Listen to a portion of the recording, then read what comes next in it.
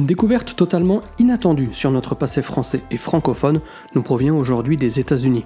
Grâce à un système d'imagerie qu'ils ont développé, des étudiants du RIT, l'Institut de technologie de Rochester dans l'État de New York, ont découvert un texte sur des feuilles de manuscrits.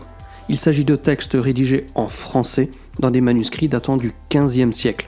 Manuscrits absolument rarissimes, dont personne ne parle dans les articles trouvés sur Internet, mais spécialement pour vous les amis, j'en ai récupéré les références et je vais aborder tout ça en détail, donc regardez bien la vidéo jusqu'au bout.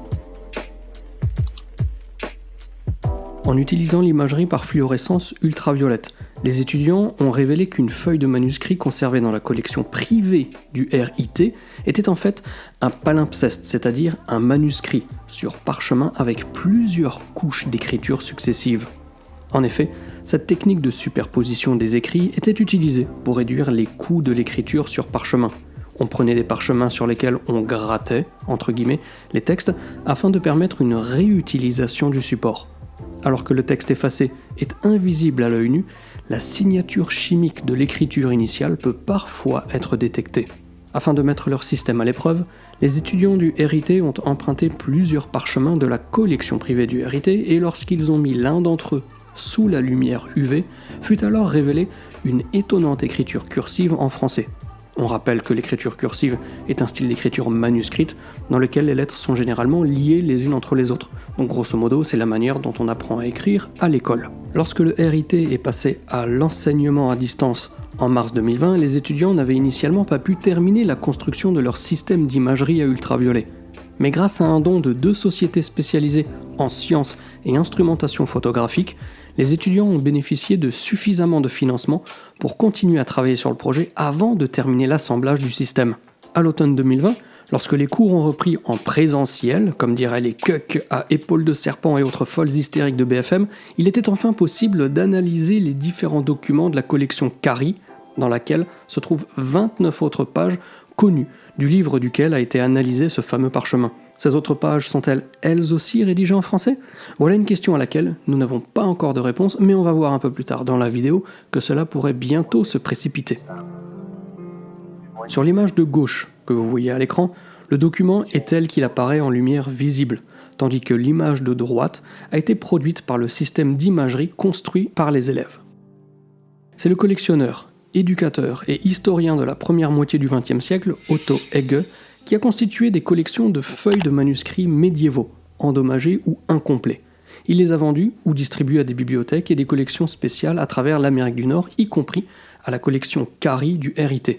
Cela signifie que de nombreuses autres institutions culturelles et académiques des États-Unis possèdent des feuilles de la collection Egge, feuilles qui pourraient également comporter des palimpsestes à étudier. Plus personnellement, je déplore le fait qu'aucune source, qu'elle soit francophone ou anglophone, bien que les versions françaises ne soient que des traductions, des communiqués d'origine émanant du RIT, donc je disais que je déplore le fait que bien que le collectionneur soit connu, Otto Egge, personne ne parle du manuscrit dont il s'agit. C'est à mes yeux un élément d'information essentiel pour avoir une vision complète de la découverte, d'autant que, vous allez le voir, c'est un truc absolument formidable. J'ai donc mené ma petite enquête, et la seule information que j'ai pu trouver, c'est qu'en 1950, un an avant sa mort, Otto Egge a vendu au RIT et d'autres institutions culturelles du pays des feuillets de textes bibliques, mais pas que, issus de publications couvrant près de 1000 ans d'histoire. En effet, ces extraits de textes ont été publiés entre l'an 1121 et 1935. Mais il faut poursuivre l'enquête pour bien comprendre d'où sortent ces extraits de textes. En fait, en 1940, Otto Egge a sélectionné 50 manuscrits médiévaux dans sa collection personnelle, et il a retiré plusieurs dizaines de pages individuelles de chacun de ces manuscrits. Il a ensuite mis une feuille de chacun de ces 50 manuscrits dans un portfolio. Chaque portfolio contenait donc une feuille différente de chacun des 50 manuscrits originaux avant d'être offert à la vente aux bibliothèques américaines. Pendant des siècles, la biblioclastie a été vilipendée et considérée comme un crime presque aussi grave que les autodafés. Mais la démarche d'Egge, elle était tout autre.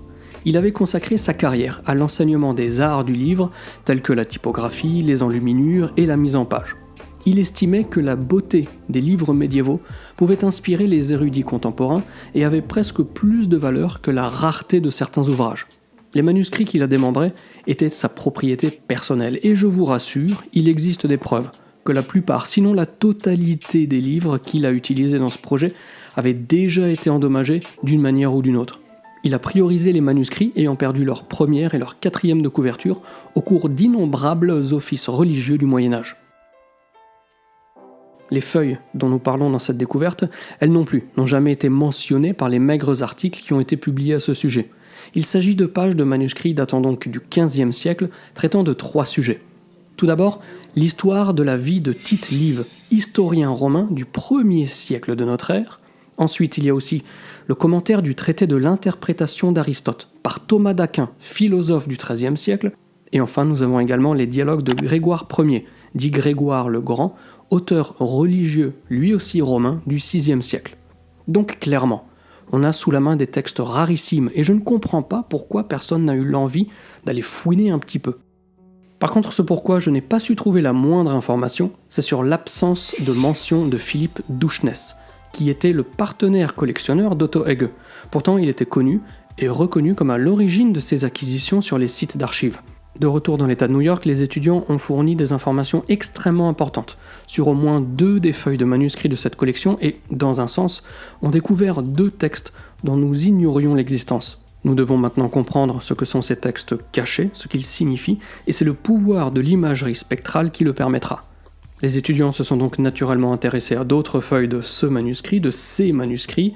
Ils en ont récupéré une feuille exposée à la bibliothèque publique du comté de Buffalo, toujours dans l'État de New York, qui s'est aussi avéré être un palimpseste. Il va sans dire qu'ils se tourneront bientôt vers d'autres conservateurs à travers le pays, afin de poursuivre l'incroyable enquête. Mais il faudra s'armer d'un tout petit peu de patience, car ce n'est que lorsqu'ils auront récupéré l'ensemble des textes qu'ils pourront passer la main au paléographe afin d'examiner les informations que contiennent les 30 des 40 portfolios qui ont pu être aujourd'hui identifiés.